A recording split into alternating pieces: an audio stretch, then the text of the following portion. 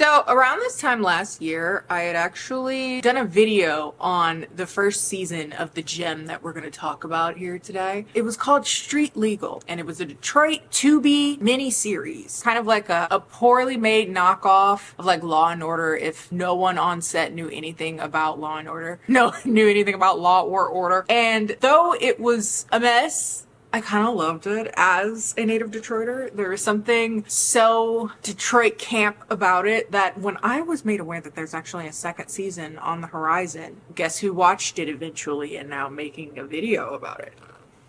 Damn right. The show is called Street Legal, a law drama, law miniseries about the Roberts family, particularly Jordan and Justin Roberts, who work in a law firm that is incredibly shady, remarkably concerning, the work that they do. Their parents are currently in jail serving drug RICO charges and have been doing so for about 15 years at the start of the last season. And so while they are working to free their parents from jail on various appeals, they also work as lawyers, mainly defense lawyers, through their law firm. And each episode focuses on the new case of the week, so to speak, while the overarching storyline is how are we going to free our parents who are in jail for something they definitely did.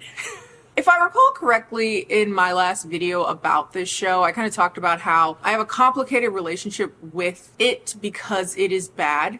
It's awful, but it's also not terribly made. Comparing it to other things off of Tubi, it usually looks like everything was filmed with a shoebox, but this actually looks professional. Like, obviously someone, at least in regards to production, knows what they're doing. With that said, whoever's writing, maybe not so much. It does feel like someone who has never seen a case or watched Law and Order or ever seen maybe an episode or two of Legal Eagle. They don't know shit about the law. In fairness, neither do I. I just have questions and a little bit of common sense, I hope. But the Roberts family are back for a new season, a new list of shenanigans and a new list of troubles for their parents who are supposedly being charged with even more things despite already being in jail. And when I found out that there was a second season, I'd be lying if I didn't say I was excited. I was curious. Did anyone decide to crack open a book? Maybe someone saw my notes. Were my notes considered? Not that they need to be. I'm just some chick on the internet. But also, did someone maybe consult a lawyer and how this might work? I doubt it.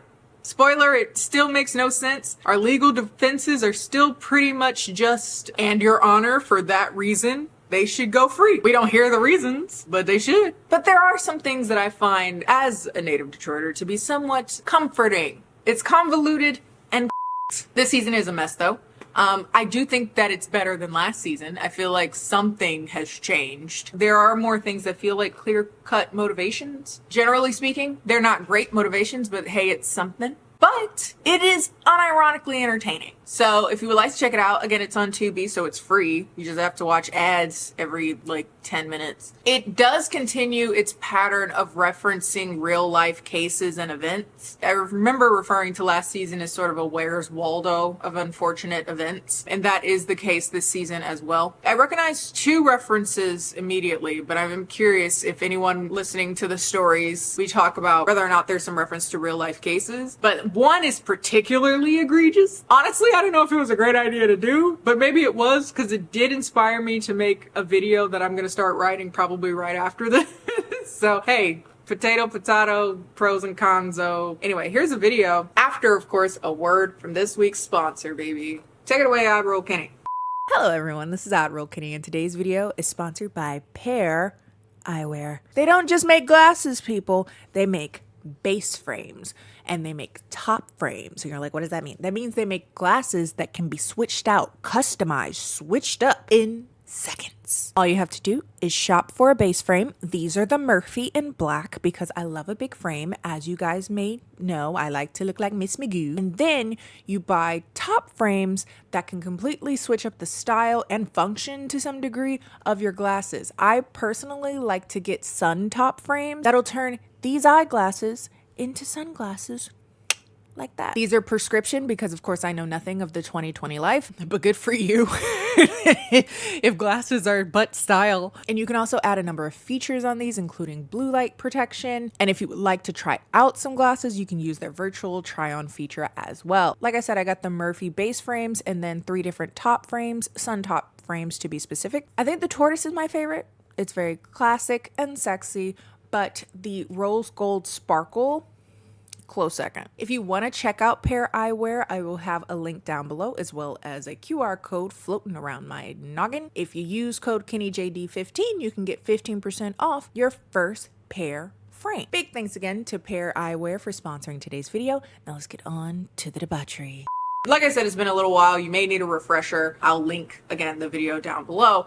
But all you need to remember is that Justin and Jordan's parents, Lamont and Janet, are in jail for running a drug syndicate in Michigan. And while incarcerated, a witness who was coming to testify against the parents, his name is Bernard, he gets killed by Justin. He gets killed because he doesn't want him to testify against his parents, which would undoubtedly lengthen their already lengthy charge that is about to come to an end already. So he said, bang, bang, shoot him up dead, right? Bernard did, and lit him on fire in his car. Also going on is that Jordan is having a hot and cold relationship with her ex-lover slash baby daddy. His name is Shannon, the big dark-skinned buff dude that wears shirts that are way too small for him. And towards the end of the last season, she found out that Shannon is actually married with a son of his own with that woman. She doesn't know about Jordan either, so it ended real messy, and she was like, I think we have to have a conversation with Shannon. I did like that the women weren't fighting each other, because sometimes that's like the easy thing for a lot of these like two women who want the same man type energy end up doing anyway. And that's how the last season ends, with the wife finding out that he has a daughter with Jordan and that he was cheating on her. There is a third Robert's child. Her name is Kelly. Okay. She doesn't show up in the law firm because she's not a lawyer, but she's definitely entangled in all the conflicts and politics of the family. And last season ended with her shooting her husband in the stomach because he was abusing her and he was going to rat out her parents, if I remember correctly, or rat out somebody. But she shot him and he didn't die. He went to the hospital and was going to survive, but he dies of a sudden overdose. Now, even though she shot her husband, and that could very reasonably be why he died, for some reason this season centers around Kelly trying to get answers for her husband's death, particularly suspecting that her brother Justin had something to do with it. I don't know why she thinks that, honestly. I don't fully understand where she reached that conclusion. Maybe it was last season. It don't matter. But go off, she thinks her brother had something to do with it. So these are the overarching storylines that are throughout most of the season. And again, each season has their own case of the week. The first episode, titled You Not My Daddy, is about a woman who lost her 5 or 8-year-old son. I say 5 or 8 because the story itself isn't consistent with that. I think they forgot the age that they put there or something. Anyway, but he goes missing in a grocery store with not a trace left but his red jacket in the bathroom. And the woman gets very upset, as you would imagine, losing her child, suspects that maybe a creepy white dude had taken her child, but there's no evidence of her child ever going into the grocery store on the cameras for the grocery. So immediately police think this woman killed her child. She could be having psychosis and not even have a kid. But immediately they were like, she did something to her child, let's arrest her. And it gets very antagonistic very quickly. I don't remember if last season the episodes were an hour, but this season they are. Well, they're 40 minutes. So it seems like they had some space, if there were going to be on television, some space for commercials and whatnot. I do find that they're having to fill up a lot of dead air with like rehashing the same arguments over and over and over again. The whole episode is just people yelling at her for no reason because there's no evidence that she did anything to her child. The police start arguing with her and arrest her for assaulting an officer, even though she didn't assault an officer. And then they decide, hey, maybe we can't get her on that, but we could get her on child endangerment. How? I don't know. She went to the grocery store. They arrest her. Side note, my favorite part of the last season is still intact, so at least that part is still there. Theme song still busts, and I sing it every time because it's catchy. What do you want me to do? I ain't going downtown Would you, if you're going downtown, get you someone new? Yes, like I said, this entire beginning of the episode is just people berating her for no reason. And if there is a reason, they're not telling us what it is. So it's just the police yelling at her, and then a different police officer yelling at her. And then she hires our team of lawyers, hence how they get involved. And they start antagonizing her and saying, like, what happened to your kid? Where is your kid? And her answer is shockingly, I don't no. Why is everyone yelling at me and not looking for my child? Meanwhile, going back to Mama and Papa Roberts, their case, if you recall, their story ended with the mother and father, Janet and Lamont, not being on good terms because he found out that Janet thought he was a rat. And something about that was really, really bad. That upset him more than even finding out that she had actually had an affair with the man who had been killed by Justin, Bernard. She'd actually had an affair with him. But he didn't give about her having an affair. I have a problem with you calling me a snitch. Okay. But the beginning issue now that they're at odds is whether or not they're going to do their trial together. Can you do the trial together? I guess, yeah. Because Janet has now gotten a new lawyer who I don't know what her name is. I think it's Myra. But the problem is, for a very long time, I was getting her confused with another new character who is the prosecuting attorney against them. I didn't catch her name, but just know that her and Myra have a history. They don't like each other because the prosecutor and attorney actually slept with Myra's husband. Missy. Ex-husband now, but they were married at the time. And they used to work together in the same office. I assume it was like the state office or whatnot. Myra ended up leaving because she didn't want to be around with the woman that her husband cheated on her with every day. I get it. So they have a lot of bad blood, okay? So as Janet's attorney, Myra is taking this case particularly personally, but despite them being at odds, the prosecuting attorney wants to get on good terms with Myra, at least professionally, because she's trying to issue a deal to Janet. Basically, if you testify against your husband, Lamont, I can get you out of here. Like, now. Back to the woman that lost her child. They still yelling at her. Again, they're spending all this time yelling at her. They could go looking for the child. This is like a reoccurring thing throughout the episode. Honestly, it's filler. Sometimes it's new people berating her. A lot of times it's the same two police officers berating her. One particularly is the girl with the very long edge, the wing right there. She's the one that's very like angry. Eventually, they end up charging her with child endangerment for taking her child to the grocery store.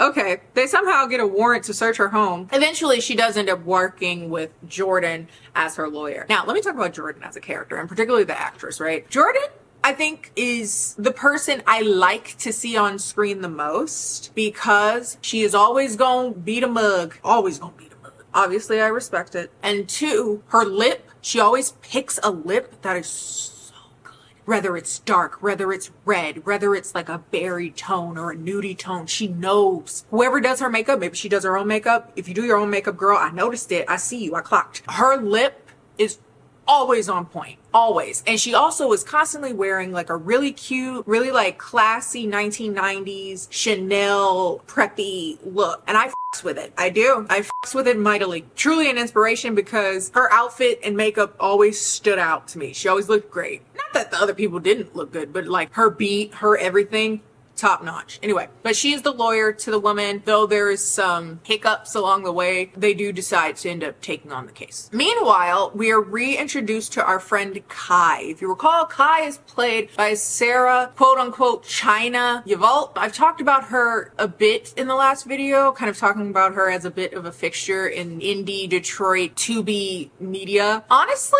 I found that when she participates, there tends to be, at least externally, like visually, aesthetically, I should say, there is a pretty good up in quality. I don't know if she has something to do with the production company, but I have noticed, not just in this show, but like other works she's been in, that visually, if the whole movie looks bad, but she's in one scene, that one scene will look good. Because I did watch one movie with her. She was like a cameo, essentially, and the rest of the movie looked like shit. I say all that to say, I did want to do a video about serial. The last I checked, most of her movies have been taken off of Tubi, and I don't know where to watch them otherwise. Which sucks, because like, I love sharing random Detroit esoterica to the rest of the world. And I want to say, as Kai in the show, she's one of the stronger actors in it. There are some actors who are also quite good, but they don't tend to be a part of the main cast, weirdly enough. They tend to be people that they brought in for a one episode throw off cameo or something like that. But as far as like main cast, acting wise, she seems to be the most consistent and natural. At the law firm, she is their investigator. And so her job is to kind of go around interviewing people that may be in relation to whatever case is going on. She ends up interviewing these two old people who say they are the parents of one of the mama who lost her kid, one of her exes. And they don't get along with her at all because they believe that she actually murdered the child that they had together, that her and that ex. I'm sorry, I just realized how confusing that is. It's because I didn't take her name down because I forgot.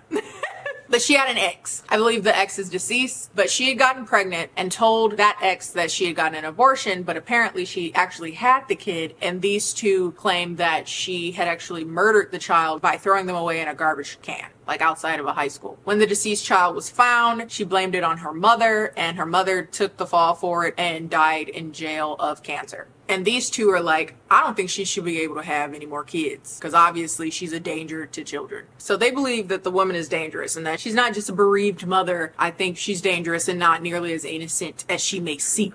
So Justin, who I haven't really talked about much until this point, Justin, the brother in the family, that is high. The actor is high the entire first few episodes. It is not a character trait. It is not a canonical reason for him to be high. That's good to hear.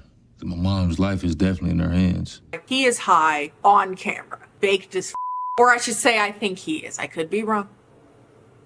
Baked as the entire show. He has a meeting with the defense attorney for his mother, for Janet. So he has a meeting with Janet's defense attorney, Myra. And this is where Myra's agitation comes out. You know, this isn't just a simple case where it's just doing my job. This is personal. She's very subtle about it, though. I don't give a damn about your family.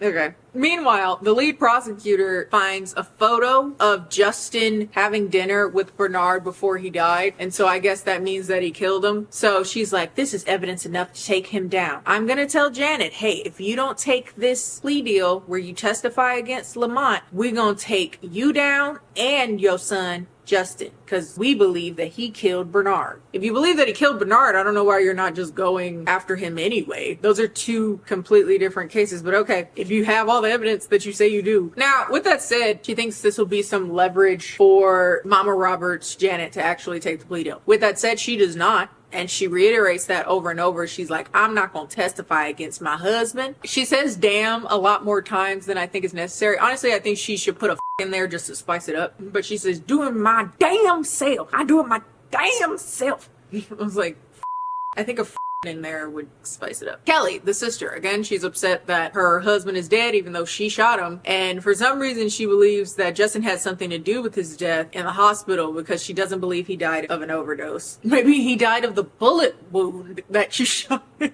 Okay. We actually see Kai go into the hospital last season and kill him. Maybe she thinks that Justin had something to do with getting a hit out on him at the hospital, perhaps. She just keeps going up to either Jordan or Justin being like, did you kill my husband? And they say, no. Now what? Not that we're upset that he's dead because he was beating your ass. So they're very sensitive about the domestic violence aspect of it. So the judge for Mama and Papa Roberts decide that they will have their case together. They're going to combine the cases. Back to the woman on trial for losing her child. She is on trial maybe a hot 3 days after her child was lost for child endangerment. Again, I don't know how did we get here?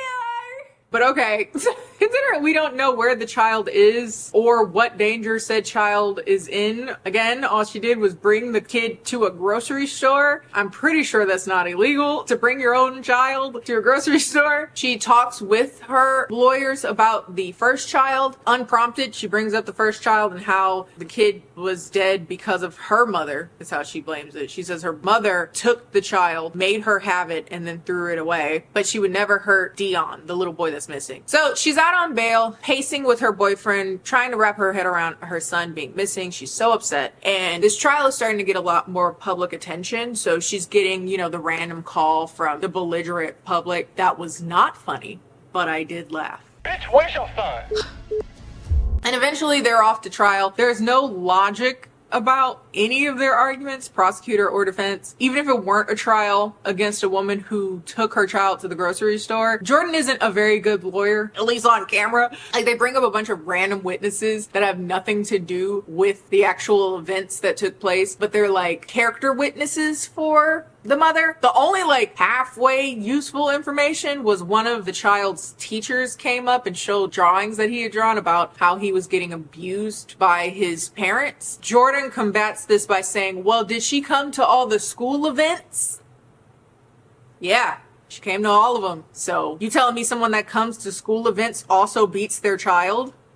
What? That's the face of an innocent woman. At the end of the argument, literally, Jordan is like, and I'm sorry for that, she is innocent. Mind you, we don't hear nothing about why she's innocent. Also saying, I'm sorry, she innocent is a wild ass defense as a lawyer. And considering the only worse lawyer in the room is the one prosecuting because they have no evidence that a crime took place, she's free. She's innocent and is let go, and now this inconvenience is out of the way so she can go look for her child, if that were what really happened. If you recall from last season, there's this thing that they do at the end of each episode that is essentially what really happened, a segment that shows us, the audience, with our burning curiosity of what the truth really is. They show you what happened. So apparently, what actually happened was that the little boy, little Dion, was misbehaving, and the mother's boyfriend got really upset about it and said, you need to control your kid, and essentially uses his bad behavior for why he's going to leave the mother. This upsets the mother, and then the kid is like, so he not my daddy, and this frustrates her so much, she gets so irate that she hits him in the face with a cast iron pan. Thinking he's dead, they panic, her and the boyfriend, and decide to devise a plan in which this is not funny. There's nothing funny about this except for what's on screen, I guess. He's like, babe, we gotta get out of here. What we'll do is we'll put his coat in the bathroom of the grocery store, and then we'll say some weird white dude was following you and took your baby.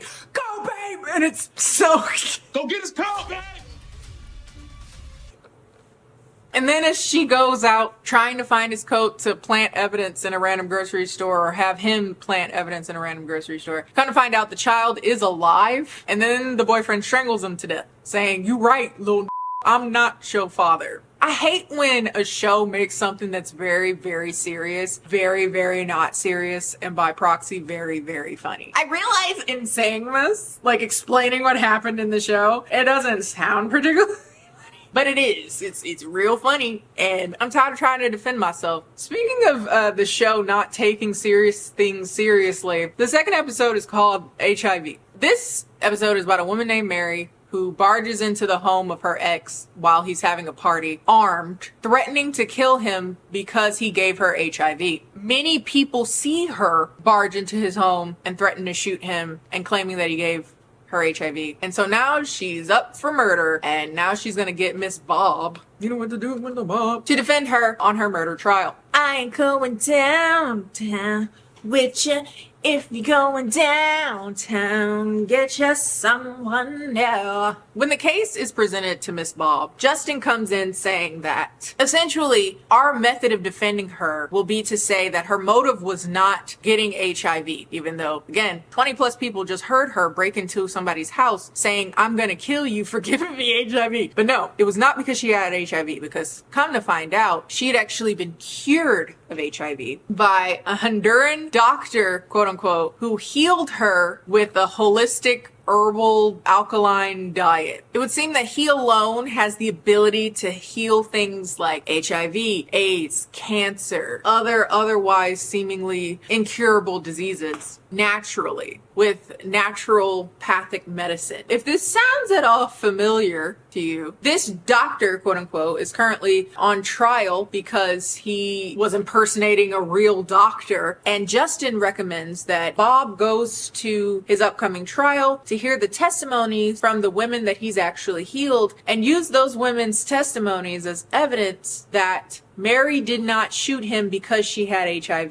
because she doesn't have it anymore. She's been cured by this Honduran doctor, quote unquote. If this at all sounds familiar, a friend of mine actually reminded me that this is in reference to Dr. Sebi. He was a Honduran, quote unquote, doctor that basically said you could heal everything with lemon water. Widely regarded as a quack and had no medical licensing or certifications. So referring to himself as a doctor was wild, especially trying to appeal specifically to people who had literal life-threatening diseases and trying to heal it with lemon water is insane. But this is in reference to him. And essentially, this woman, Mary, claims that Dr. Sebi, whatever his name is in this show, Dr. Sebi healed her HIV, so that wasn't the reason she went to go kill him. So now the defense is essentially that she didn't kill him, even though, again, 20 plus people had saw her walk in there screaming that he gave her HIV and she had a gun pointed at him. She didn't kill him because of the HIV. Instead, we believe, just coincidentally, that his wife decided to kill him because the murder weapon is missing and so is she.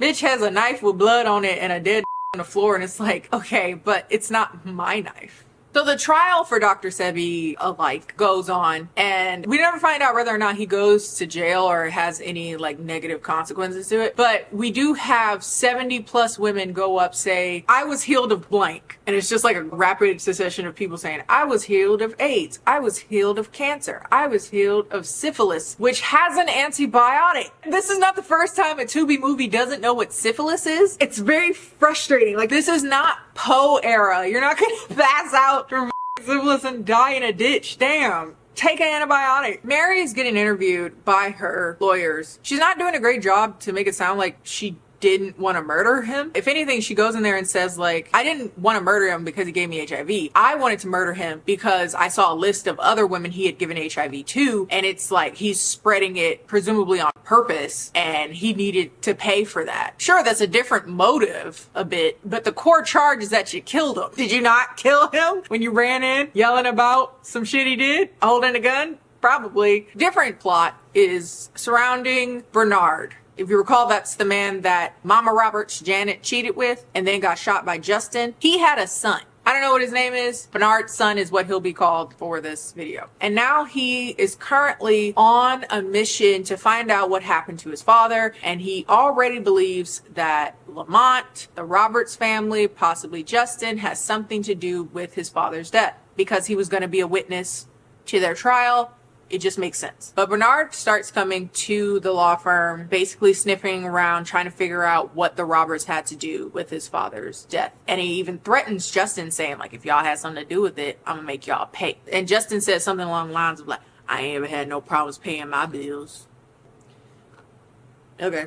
Meanwhile, Jordan is still going back and forth with Shannon. She wants to be free of his bullshit, but her daughter talks more and more about how she wished she had a relationship with her father. She doesn't even know who Shannon is, and Shannon didn't even know she existed until last season. So the kid's like 8 now, but he really wants to start over with Jordan. Keep in mind that he is still very married, maybe on the brink of divorce, but they're still married because his wife's father is on his insurance and he doesn't want to get divorced while he has declining health. Back to Mama Roberts. They're still asking her to take the plea deal about ratting on your husband so you can save your son. And she's like, no, I'm not going to do it. And if that means my son is on the chopping block, if he did the crime, he'll do the time. She basically berates her lawyer, Myra, for not knowing how sacred marriage is, which is ironic because she definitely cheated on her husband. So, okay, Shannon's wife pops up at his job and they go back and forth arguing. And this is when his son finds out that he actually has a big sister. He didn't even know she existed. And I wasn't going to bring up the scene, but it's also very funny to me. So I'm going to do it anyway. You have a daughter?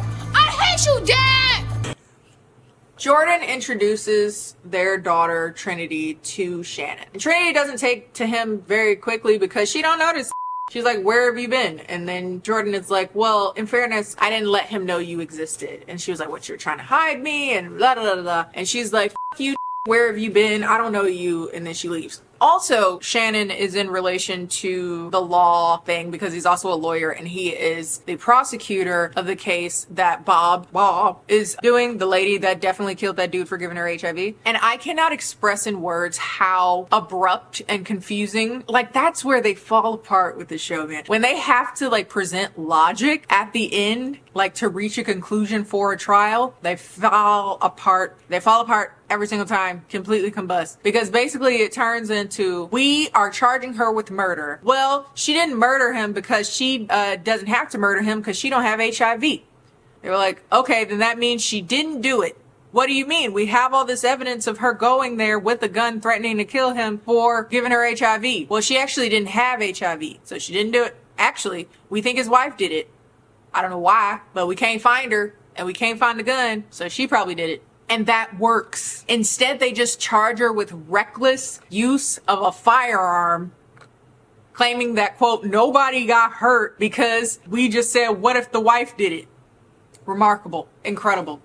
A masterpiece, truly. So what really happened? It would seem that the man was shot actually by his daughter. She went into his safe where she found a bunch of paperwork that said that she was a benefactor of a large insurance policy and that she hated her father because he had given her mother HIV and she didn't know, so it developed into full-blown AIDS that was passed on to her when she was born, and she has to live with this her entire life, so she shot him out of revenge. Just conveniently the same day that, okay, and now she's off on the run and we never hear what happens of her. Okay, episode 2, The Freezer. This is the mysterious story of a woman that was found dead in a restaurant freezer. The theory is that she was killed by her boyfriend that found out that she was cheating on him. So they show us the opening scene where they get into a big argument where he finds another man named Snoop in her phone. They are actually at a hotel for a hotel party with some friends, and the altercation bleeds into that party with the friends. Boyfriend gets into a fight with one of the people, accusing him of maybe being one of the people that she's sleeping with, and the woman drinks a lot, and before you know it, she's discovered the next morning in the hotel freezer by one of the chefs that were in there to get ingredients. They immediately arrest the boyfriend while he's still at the hotel, and it's kind of funny because he's like in bed and they're like, you're under arrest, and he was like, can I at least put my pants on? And they're like, yeah. And there's so much of a long, like, time frame of him putting his pants on that it led me to believe that he was gonna, like, shoot the police or there's gonna be some big, like, fight. Because they're also playing, like, super dramatic music, like, and it's just that putting his pants on. That's very, why? I ain't going downtown, bitch. If you're going downtown, get you someone new. So the man that has been arrested, his father actually comes in hoping to get support, to get representation for his son. He goes into our friends over at Street Legal. Jordan takes the case at first, but ends up being more and more apprehensive the more she learns about the defendant. There ends up being more evidence that he had put his hands on her prior to her death. As a moral stance, she doesn't want to defend someone that puts their hands on women. She defend a woman who hit her child with a frying pan, but this is a thing too far. Bitch threw that little garbage. That's wild, but okay. But this man comes in insisting that his son is not that type of dude. He's not that type of guy. Maybe he choked her, but that don't mean he killed her. He insists that his son is innocent and all he needs is for this law firm to believe in him and defend him, yada yada. All of this is out of order, by the way. They find out about this choking during his trial, which is wild. Wouldn't y'all have seen the evidence of this prior to the trial? Okay. Meanwhile, update with Kelly. Apparently, she started working with the feds. And she starts going around her brother trying to get him on a wire, him admitting that he had something to do with somebody's death, Bernard's death, her husband's death. That's crazy, especially again when you're the one that shot him. Kai does her investigative work as she does, and she ends up interviewing the guy who's in jail, his friend. She says that she actually got him and the deceased together, and she really wished she wouldn't have because the deceased was not ready for a relationship. She was cheating on him all the time. Like, I understand that they had a lot of rough patches, but I don't think he's the type of dude to murder her. So he ends up finding the man Snoop that the deceased was having a little rendezvous with. Romance.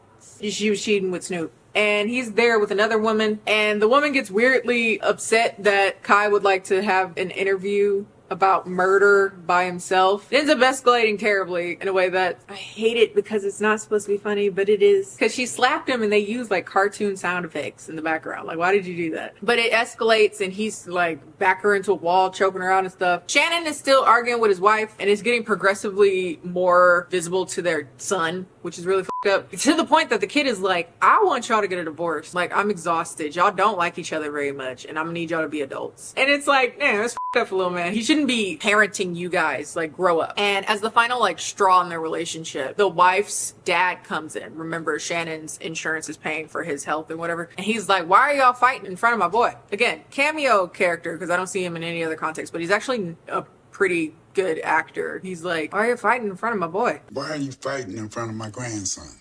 It's like, you need to figure shit out. Like, I'm a grown man. I'll figure out what to do with insurance. But y'all need to figure out what y'all need to do. This is ridiculous. Trial. And the trial is Shannon and Jordan. They got the same 6 lawyers. Not even the same. It's Shannon, Jordan, Justin, Bob, and a random white dude that is the lawyer. Nobody else is a lawyer in the entire state. Jordan, again, she's not a great lawyer. Basically, there's cross-examination where she's talking to a witness about scratches that the defendant had on his body. And she asks, did he say where these scratches were from? The witness says that it was from the deceased. And she was like, are you sure it wasn't from sex? And he's like, I don't think those are the scratches you get from sex. And she says, well, it sounds like you're not having the right sex. And I'm like, the writer was so proud of himself for that one. He really was. You can tell. You can feel it. He was like, yeah, that was good. That was dumb.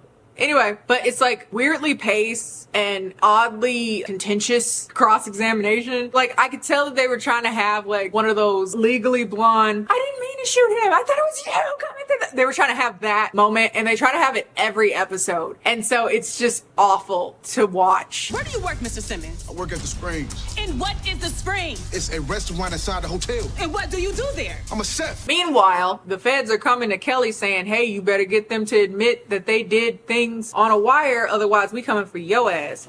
Because we know that your husband got shot with your gun. Then why are we doing this? You know she did it already. The f***? They're like, we don't have any evidence. Then you don't have a case. They're like, we don't have any evidence, so we need to get them on a wire. And that's basically what they say the entire season. It's like, we gotta get some evidence, because if we don't have these witnesses, we don't have any evidence. And it's like, you don't have none? How the fuck did we get here? Like, we gotta catch them on a wire. If we don't catch them on a wire, we're f***ed. Then you don't have a case. Jesus. Randomly, a random big buff dude goes into the defense attorney, Myra's office, and says to her, with a gun pointed at her, you need to get your client, Janet, to talk to the rest of her family. I don't know why he's threatening her to do this, considering up until this point, there's no evidence that she doesn't want to talk to her family. Why you pointing a gun at me? I don't know, but okay. He's like, I'm gonna shoot you and I'm gonna shoot your daughter if they don't have a little talky talk. They need to work out their family issues, damn it. And I'm like, okay. I do also wonder if this scene wasn't just an opportunity to plug somebody's taco joint. That's another thing. There are several like plugs for, I assume, local restaurants. She's in her favorite restaurant right now, Borderline Tacos and things. That girl enjoys those tacos. It's so ostentatious and so off-putting, but so funny. Jordan somehow wins the case. The man that was accused of murdering the woman that he choked 5 minutes before that is found not guilty. Okay. Kelly goes to her siblings to shake them down again for them to admit that they had something to do with her husband's death. But they're like, we're not doing this again. But she starts writing down that she has been contacted by the feds and is wearing a wire. So they deny it. But now that they know that their own sister is working for the feds trying to get them in prison and their parents to stay there, that's kind of up. So what really happened? What we all thought happened. He killed her. He killed her, choked her out in the hallway. I don't know why they don't have a camera in that bitch, and dragged her to the freezer for some reason. Very anticlimactic. Apparently she was actually discovered by Snoop, her side dude, when he was trying to steal food from work, but I guess he just left her there until somebody else found her. So that's up. Episode 4, The Ledge. Okay, this is the most egregious of the episodes in regards to like, you made something that is so serious, not serious at all. The episode is about a woman who suicided by jumping off the ledge of her patio, the ledge of her apartment on like the 20-something floor. And when crisis police were trying to de-escalate and get her to not jump, they overheard her talking to someone on the phone, and they assumed that that person had told her to jump. And so they feel, without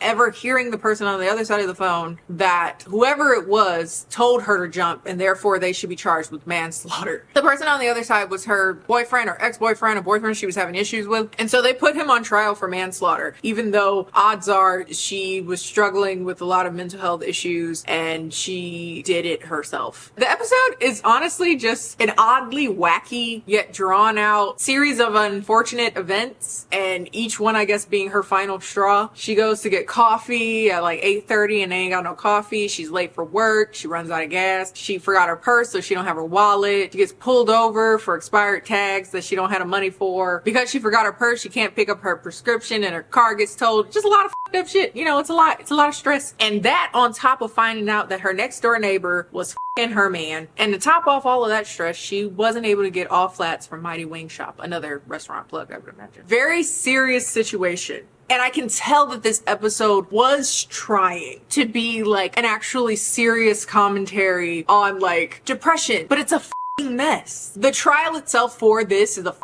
mess. Something about like the next door neighbor was jealous and maybe she told her to jump, and it was just like a whole thing that just draw out the 40-minute time span. But honestly, she did it. I don't remember whether or not he was guilty. I guess I'll just put that in there. It doesn't really matter. We find the defendant guilty. Essentially, it was just meant to be like a kind of shoddily made PSA about mental illness. And I guess I can't knock them for trying, but this episode is a mess. I will say the only thing that kind of drives the general storyline forward is that Kelly unknowingly begins dating Bernard's son, aka the guy that Justin shot. So he lies about his name and starts dating her and presumably trying to get information about his father's death from her. But that's basically the only thing that pushed the story forward overall this episode. A little fun fact I found out with a friend of mine that I was watching this with: the lead actress for this episode, the woman who game overs, is a housewife of some sort, right? Either Real Housewives or like a Basketball Wives, something. She does pretty good as an actress in her role. But yeah, this is not a case. This was no case. It was silly. She was depressed and it's unfortunate, but somehow it became a case. So here you go. Oh, this is the one that I've been on the edge of my seat talking about. Episode 5, The Last Dance. Okay. So episode 5 is an incredibly thinly veiled reference to disgraced former Detroit mayor Kwame Kilpatrick. Which reminded me, you know how you have your list of people that you truly fucking hate? Kwame Kilpatrick, he's like definitely top 10%.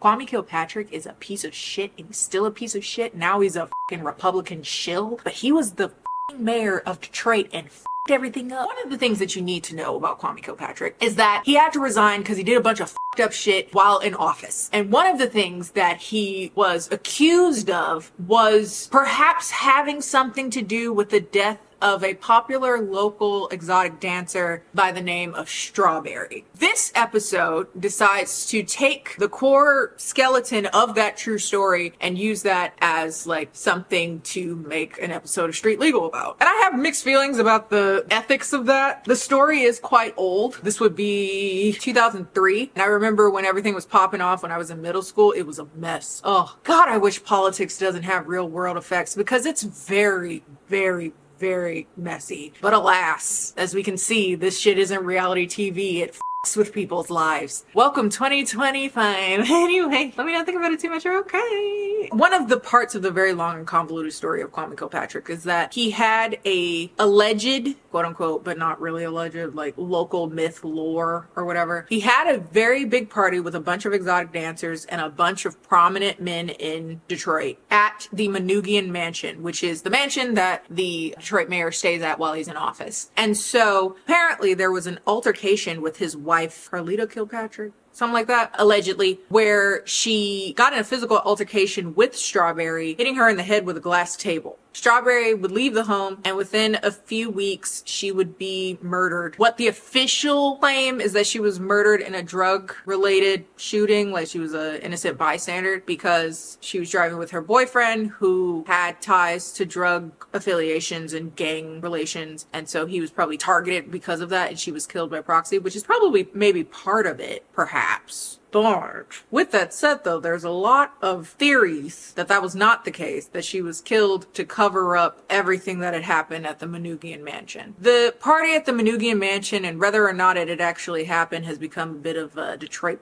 folklore thing. No one wanted to claim that it happened, and no one wanted to insinuate that they were at a party like that, because I would imagine there was a lot of pastors and godly men, people who were undoubtedly cheating on their wives, statesmen, congressmen, you know, the whole lot. And no one wanted to admit they were there. So instead, they all colluded together, as the legend goes, to say that there was no party at the Manoogian Mansion. There's also some theory that her death was also a cover-up and perhaps was carried out by police. There's a lot there. And that's only a part of the really f***ed up Kwame Kilpatrick saga, but I digress. Basically, this episode of Street Legal is that. It is a mayor who's getting a lap dance, whose wife busts in on the events of said party, hits a stripper whose nickname is Cherry, hits her with a glass bottle. She threatens that she wants to press charges the next day, and then is shot in a drive-by shooting that night. For this episode, our good actor of the episode is the woman that plays the mayor's wife. She's actually very convincing. Her scenes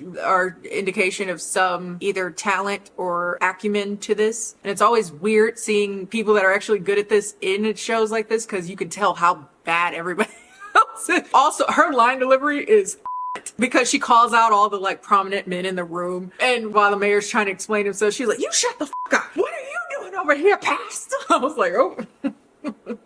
You can press charges. The police chief snake ass is right here. Does your wife know your ass is here? You shut the fuck up. Does your wife know your ass is here? Also, the dude that they got to play Kwame lookalike is kind of fine, and it's kind of weird. Because I do remember a lot of why Kwame got away with stuff is because people thought he was hot, like a handsome, tall black man. He was a piece of shit. That's what he was, piece of garbage. So at this party, much like the original folklore, there's a lot of prominent people at the party, and one of those people, incidentally, is Justin. We see him get approached by one of the dancers, but he declines. It is of note that he is married, but we only see his wife in one scene in the first episode of the first season. So I guess he's still married, but this does become a bit of a contentious thing when all of this pops off, because when his law firm finds out that him and one of the other lawyers was there, they're like, "What the fuck? Why were you hanging out there? You should have never been there." The police chief goes to the mayor's home, and they decide that everyone who attended the party will collude together to say that it didn't exist. With that said, the mayor's wife is arrested for perhaps having some connection to the death of the dancer. This really offends the mayor because this seems to have happened completely independent to the people that he already has connections to in the police. And so Jordan has to take on yet another case. It seems like Jordan's taken on all the cases basically. Maybe Justin's more focused on their parents' case, but I guess. But, well, sure, because he goes to talk to his father about the upcoming case. He lets the father know that Kelly is an informant with the feds, and he don't take that very well. Such to the extent that he's like, if you feel like that's what your sister's doing, if you can't trust your sister, that ain't your sister. Which I understood as, kill that bitch. Justin does not do that though, because Kelly does seem to be remorseful for interacting with the feds at all. Speaking of threats, again, some of the men who are at that party end up at the law firm, and they too are looking for lawyers that will defend them and also have them all collude that there was no party. One of them even goes up to Kai and kind of threatens her to make sure that they understand there was no party, and insists that he gets a list of all the people who were there so that they can threaten them and ensure that anybody that was at the party, including guests and dancers, will understand that if you say anything, somebody you love getting pum.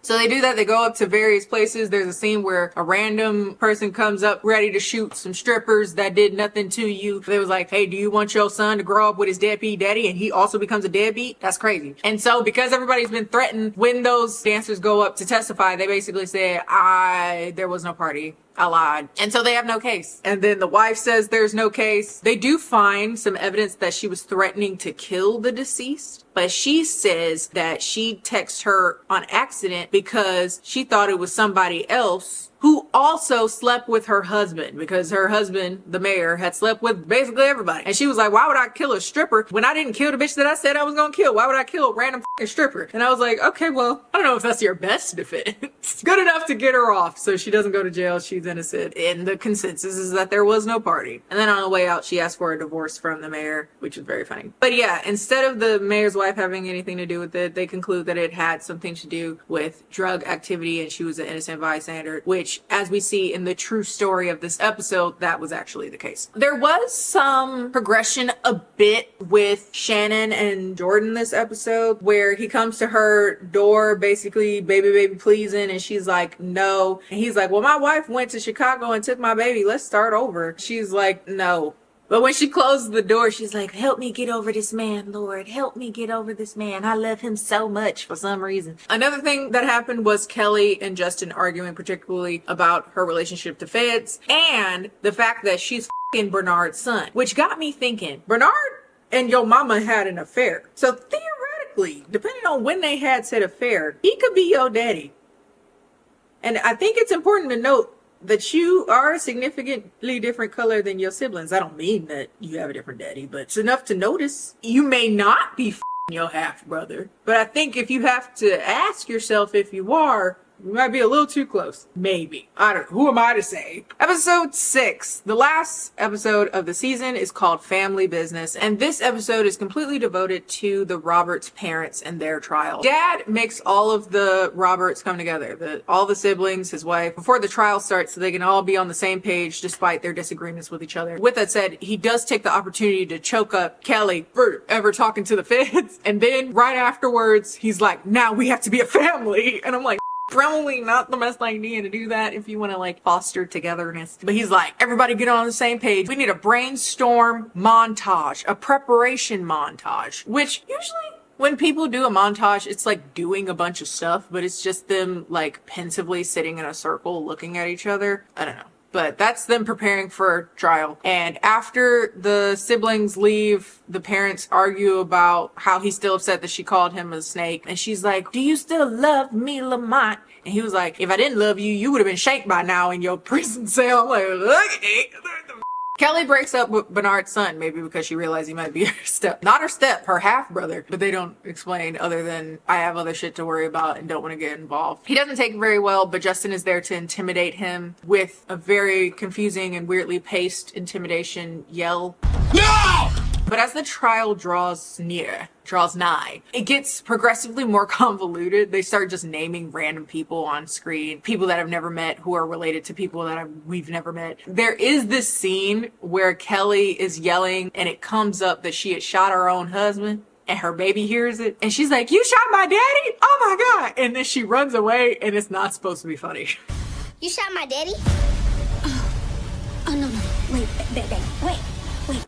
It is not supposed to be funny, but I can't control that it is, okay? Come to find out, the last witness that is going to testify against the Roberts is some random named Jamal. And Jamal knows stuff for some reason. So Justin is like, let me call up my dude that I always call up when I want somebody to be intimidated. The same one that stuck up Myra for some reason. I don't know why he did it, but he goes to intimidate Jamal's wife and says, make sure that he doesn't testify against them. Otherwise, I'm gonna kill your son. They like to threaten the kids a lot. I would like to say one thing because I think it's funny. It's literally a little thing that's funny to me. He calls his muscle right outside of an L. George Coney Island. And if you don't know what L. George is, because you probably don't live in Metro Detroit, L. George is a Coney Island chain. And Coney Islands are a type of restaurant. It's essentially a diner where it couldn't make up its mind, but it knew it wanted diner food. It knew it wanted Mediterranean food, like Greek food. And sometimes you can go to a place and get a random stir fry. It's like a restaurant with an intense identity crisis, and I love it. Basically, half the menu is stuff you can put chili on, and the other half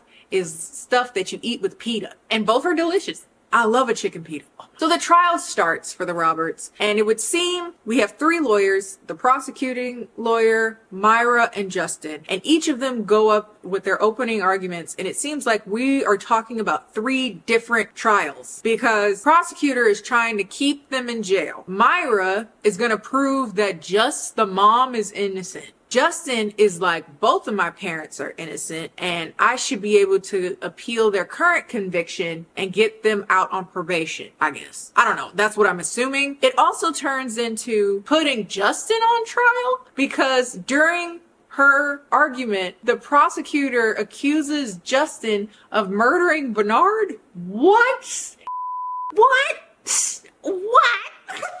The trial that was originally about these 2 people has turned into their lawyer, who's also their son, being also accused of murder. He is not on trial. He is the defense attorney. You can't just go up in there and be like, also that is a murderer too. Like, you can't do it. These are all different charges. These are all different trials.